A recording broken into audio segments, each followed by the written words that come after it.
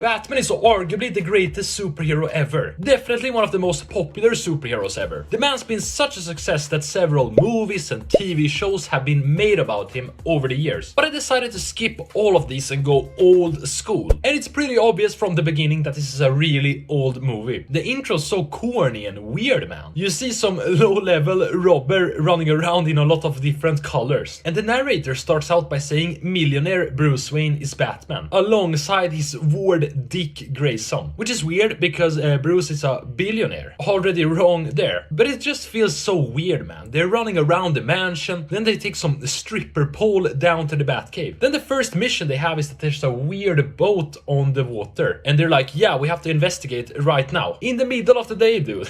Like, what? Batman only operates during night. And why is everything just weirdly sped up? They take their Bat helicopter from the airport, just casually parking it at the local airport.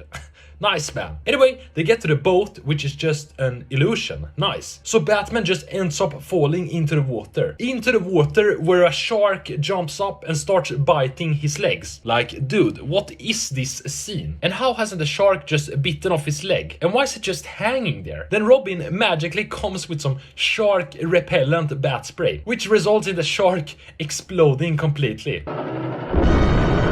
After the whole shark explosion part, we found out that 4 supervillains have teamed up. The Joker, the Riddler, the Penguin, and Catwoman. This is uncovered in the worst possible way, man. Worst detective job that I've ever seen. Literally, Robin says, hey, there was an incident at the sea. C for Catwoman. Wait, it happened at sea. C? C for Catwoman. Like, what? Why can't you have C for Clayface, dude? Exploding shark, must be the work of the Joker. My leg. The Joker. It all adds up to a sinister riddle. Riddler. Dumbest thing ever, but hey, it works. Then we just meet the supervillains, and I gotta say, it's the weirdest thing that I've ever seen. The Joker just looks like some cocaine addict, dude. And the Riddler looks like a 55-year-old child molester. They're so weird, man, and the effects. Joker used some electricity on him.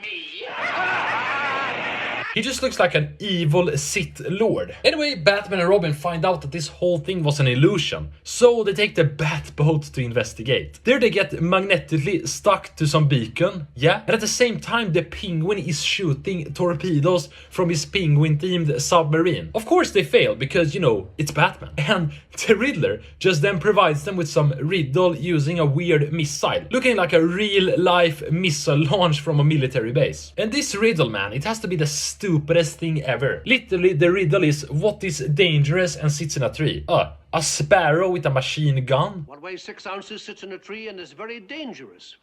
A sparrow with a machine gun. What? How? And somehow they draw the conclusion that the supervillains are going after some Russian reporter, yeah, that happens to be Catwoman undercover. And at the same time, the supervillains are plotting to take over the world. Like, what? How are these 4 assholes threatening the safety of the planet? Their minimum objective must be the entire world. Like, how's this Hannibal Lecter looking guy, Riddler, yeah, going to take over the world? Anyway, we get to the whole Catwoman thing. They plan to kidnap Bruce Wayne so that Batman can just show up and then they kill Batman. Nice plan, dude. Bruce and Catwoman go on a date, then they just start making out. And at the same time, the villains are riding on some missiles. And they end up beating Bruce Wayne and just kidnapping him. Literally, Robin was supposed to watch the whole thing and he just ended up failing miserably. Okay. Bruce is kidnapped right now and they think Batman is going to come. Of course, he's already there and he manages to escape the handcuffs. People might say that this escape and battle is just shit, but I love it. Seriously, I love it. I love it because it's not like super edited and you can actually see what's going on. And Bruce is just jumping around and destroying these assholes. Some guy gets flung out from the building and just explodes. Dude, it's literally amazing.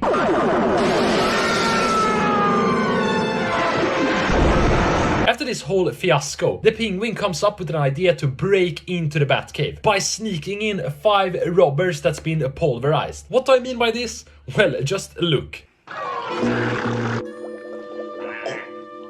Like, what? What the hell was that? They just got pulverized one by one, and they just accepted their fate. And apparently if you just splash water on them, they're going to revert to their normal form. Anyway, Batman goes to the place that he escaped from, only to start making fun of people. Making fun of people that drink alcohol. Like, dude, I'm an alcoholic Swedish man. Like, dude, why are you attacking me? Seriously, I did nothing to you. Anyway, he finds a bomb there and just, starts running around with it. Running into like 1 million people. Nuns, some mother and her child, and some weird band. But dude, just throw it into the water. The fuse is going to be extinguished if you do that. Anyway, the Penguin just gets to the Batcave then by wearing some sailor costume, and yeah, Batman says we have to take him to the Batcave. When they're in the Batcave, he accidentally puts the wrong kind of water on his 5 dusty goons and just ends up making their molecules unstable.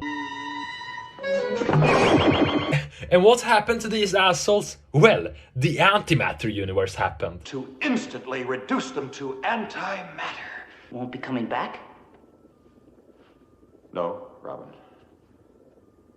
Not in this universe. Like, what? How did they even come up with this? Anyway, they leave the Batcave with the Penguin, and I gotta say, why does this surrounding just look like a third world country? Why does it look like Bosnia or something? Anyway, the Penguin somehow escapes with the Batmobile and they just start chasing him. Batman and Robin just chase him in their helicopter that they just crash in the middle of the street. And instead of calling for some other transportation, they just start running around the city. Running around in broad daylight. It's so weird, man. Looking at the supervillains, their grand plans is to kidnap the world's leaders by pulverizing them. So they break into the United Nations headquarters. Pretty bad security. Penguin just gasses the guards, but then he just breathes in the gas.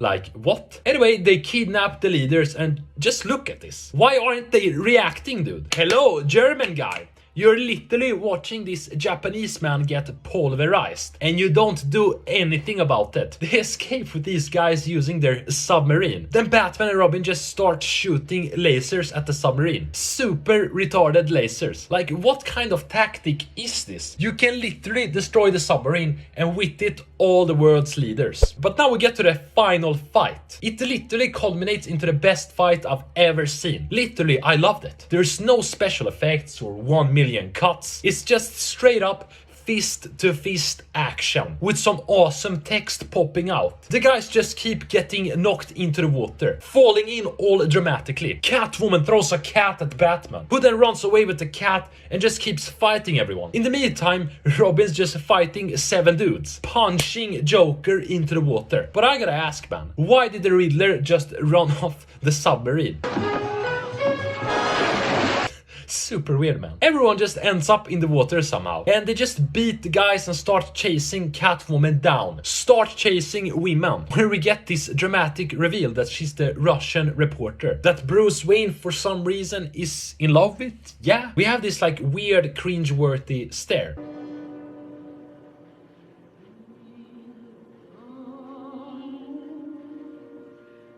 It's like, dude, you knew her for 2 days. How can you develop these strong feelings for her? The movie ends with Batman and Robin saving the world's leaders, and then they just leave through the window. So, what do I think of this movie? Well, it definitely doesn't compete with today's superhero movies in terms of, budget, choreography, special effects, acting, basically everything. But it definitely has its charm, being a pioneer in its field. Now, am I going to watch this movie again?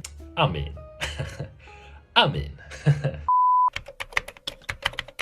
Literally, their budget was $1.4 million back in 1966. Nice, man.